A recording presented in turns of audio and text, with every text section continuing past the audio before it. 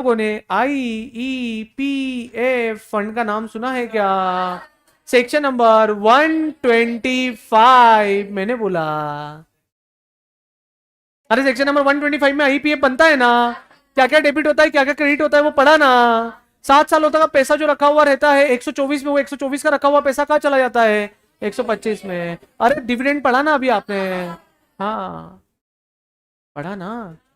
और आपने ऐसा भी बोला था कि डिविडेंड जनरली कहां से डिक्लेयर किया जाता है? Out of current year profit. लेकिन 123 सबसेक्शन 1 के प्रोविजो है, और वो प्रोविजो ये बोलते हैं कि हम लोग पास्ट ईयर के प्रॉफिट से भी डिविडेंड पे कर सकते हैं, या in case of insufficient profit हम लोग करंट ईयर और पास्ट ईयर पार्टली पार्टली भी कर सकते हैं।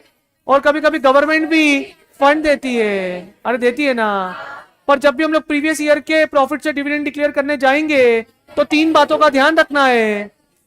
10%, 50%, 15% और एवरेज रेट 3 इयर्स के रेट से ज्यादा नहीं होना चाहिए। और अमाउंट को पे करने से पहले करंट ईयर के लॉसेस को एडजस्ट करना पड़ेगा। अरे बोलो। 5 दिनों के अंदर अंदर सेपरेट बैंक अकाउंट में पैसा ट्रांसफर करना पड़ेगा। 30 डेज के अंदर अंदर डिविडेंड पे करना पड़ेगा। Mode of payment in cash, in warrant, banking channel के थ्रू, या to any other person which is directed by share holder. अरे ऐसा भी कर सकते हो ना। और यदि नहीं कर पाए, पे या क्लेम नहीं हो पाया, तो 7 दिनों के अंदर अंदर IPF में, अरे UDA में जाता है।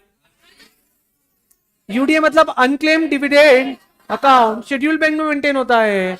और यदि 7 दिनों में पैसा ट्रांसफर नहीं किया तो 12% की रेट से आपको इंटरेस्ट पे करना पड़ेगा, और वो जो इंटरेस्ट है वो फर्स्ट डे से लगेगा। और उसके बाद में 90 डेज के अंदर अंदर आपको एक स्टेटमेंट देना पड़ता है, जिसके अंदर आपको सारे उन लोगों की हिस्ट्री देनी पड़ेगी जिसका डिविडेंड UDA में ट्रांसफर हुआ है, along with their address on the website of the company, and if there is no website of the company then central government will prescribe where to place। अरे बोलो रे। अरे हाँ ना। यहाँ पे पैसा कितने सालों तक रख सकते हो? 7 सालों तक। 7 सालों के बाद पैसा कहाँ जाएगा? IPF में। IPF में कुछ पैसा क्रेडिट होगा और कुछ पैसा, और अब यहाँ पर ना केवल पैसा डिविडेंड का आएगा, बल्कि जो शेयर होल्डर है उसके शेयर्स और डिबेंचर भी ट्रांसफर हो जाएंगे, प्रेफरेंस शेयर्स भी ट्रांसफर हो जाएंगे, जो मैच्योर डिपॉजिट थी वो मैच्योर डिपॉजिट भी ट्रांसफर हो जाएगी, और जो उसके ऊपर मिलने वाला इंटरेस्ट था वो इंटरेस्ट भी उसके अंदर चला जाएगा, और जो पुराने कंपनी से 1956 का था वो भी आ जाएगा। अरे बोलो रे। और उसके बाद में यूटिलाइजेशन, मतलब जब जब हमको पैसा देना पड़ेगा तब तब हम लोग पैसा, और यहां पर इस फंड को मैनेज करने के लिए एक अथॉरिटी को अपॉइंट किया जाता है। उस अथॉरिटी को अपॉइंट करती है सेंट्रल गवर्नमेंट, और वो जो अथॉरिटी होती है वहां पे होता है एक चेयरपर्सन, वो होता है ex officio of secretary of MCA, और यहाँ पर 6 मिनिमम मेंबर होते हैं, विच में भी एक्सटेंड अप टू 7। अरे बोलो रे। उसके बाद में सेक्शन नंबर 126 आता है, जो कि आपसे एब्यांस की बात करता है कि dividend, right share and bonus share to be held as an abeyance by company. क्योंकि वहां पे कंफ्यूजन ये रहता है कि सेलर ने जिस दिन सेल किया और बायर ने जिस दिन बाय किया उसी दिन कंपनी ने डिविडेंड डिक्लेयर कर दिया।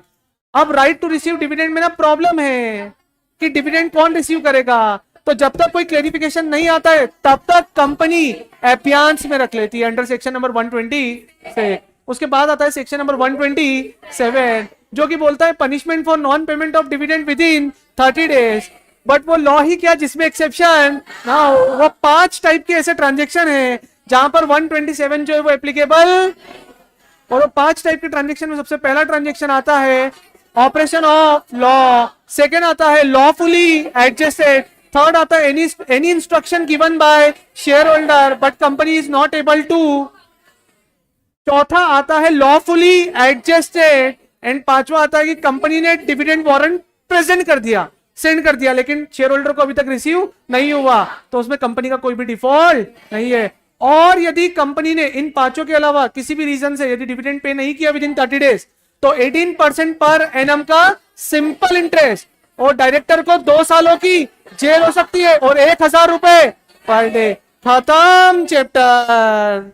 यहां पर चैप्टर नंबर 127 भी खत्म हो गया। मतलब